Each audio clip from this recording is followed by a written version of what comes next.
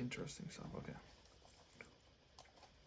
Okay, we're going to be picking a page. Now we're going to be picking a verse. Oh.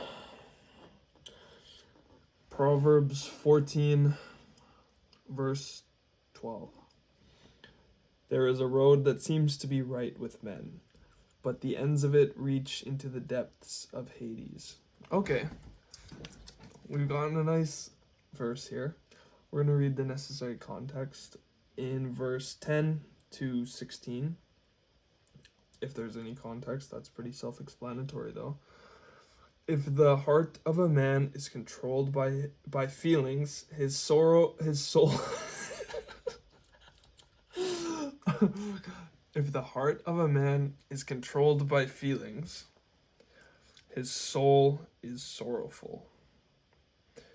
But when he rejoices, it is not mingled with arrogance. The houses of the ungodly will be destroyed, but the tents of the upright shall stand. There is a road that seems to be right with men, but the ends of it reach into the depths of Hades. Sorrow does not mingle with gladness, but in the end, this joy turns to sorrow. A bold-hearted man will be filled with his own ways, but a good man with all his thoughts. A simple man believes in every word, but an astute man comes to repentance. A wise man fears and turns away from evil, but a man without discernment persuades himself to mingle with a lawless man. Okay, those are all good verses. Not really context of one another, but all beneficial to the book in its entirety. So, there is a road that seems to be right with men, but the ends of it reach into the depths of Hades. This verse requires very little breaking down, very little to be explained, but I want to hear your ideas in the comments below of what you interpret from this, because if I don't get it right, if there's something that's on your mind, I want to encourage everyone to voice their own opinions and voice their own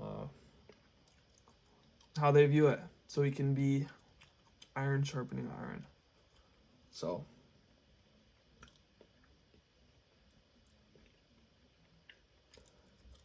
to me, this is clearly talking about pleasure,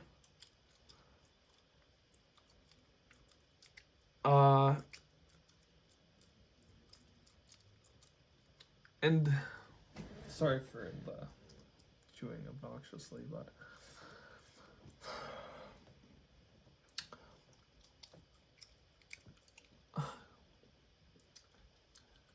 there's a lot of ways to put this, and a few of them can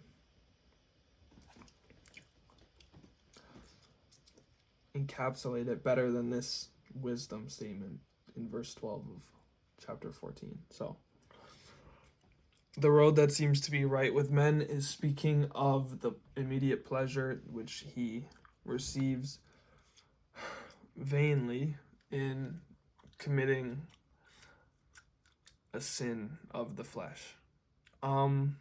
We can obviously go deeper than that. The ends of it reach into the depths of Hades. The latter part of the verse there brings us into the depths of Hades. There's punishment for the actions you take here. You suffer for it not only after death, but here on earth as well.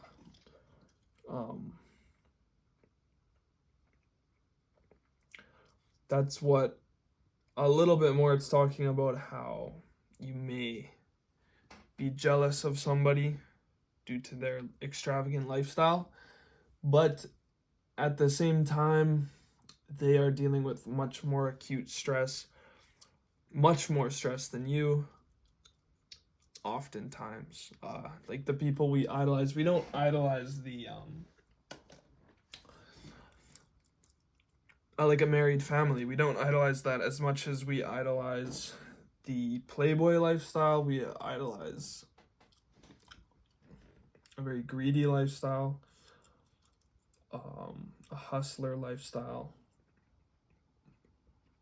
There's a lot of ways of life that people do see as right, but in the end, it brings you into the depths of Hades. Now, this is obviously Old Testament.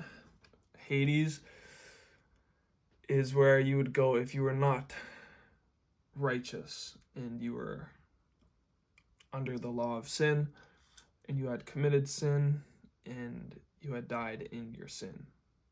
You would be going to Hades.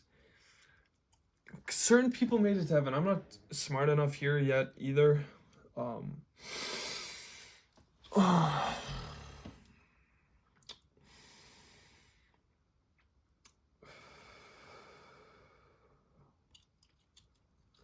You definitely don't want to end up in Hades. You want to take account of like the things that you do on a daily basis. You want to at least know what you're doing. And because all of us have an internal compass, and we kind of know what is right and what is wrong, we just have to know exactly what we're doing and analyze it in an objective manner. Not even that, dude. You have a spirit inside you which tells you you don't really have to do much. It just comes.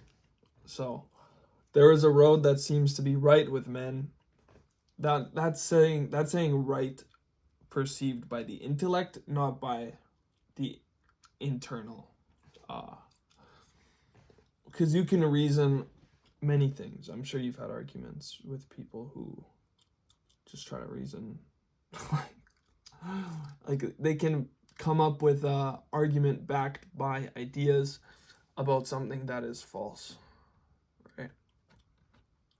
And you just know it's false, and they even know it's false, but they still argue it. There is an objective truth. To me, at least. Does that make me relativist? I believe the truth, my truth, is true for all people. But my truth, people don't see my truth, but I believe my truth is true for all people. But I do not believe that they see my truth. I believe they have a different truth, but I believe my truth. And many people align with my truth. Well, it's not my truth, it's this book here. So,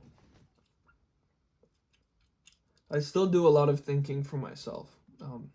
Maybe too much, so I get arrogant sometimes. There is a road that seems to be right with men, but the ends of it reach into the depths of Hades.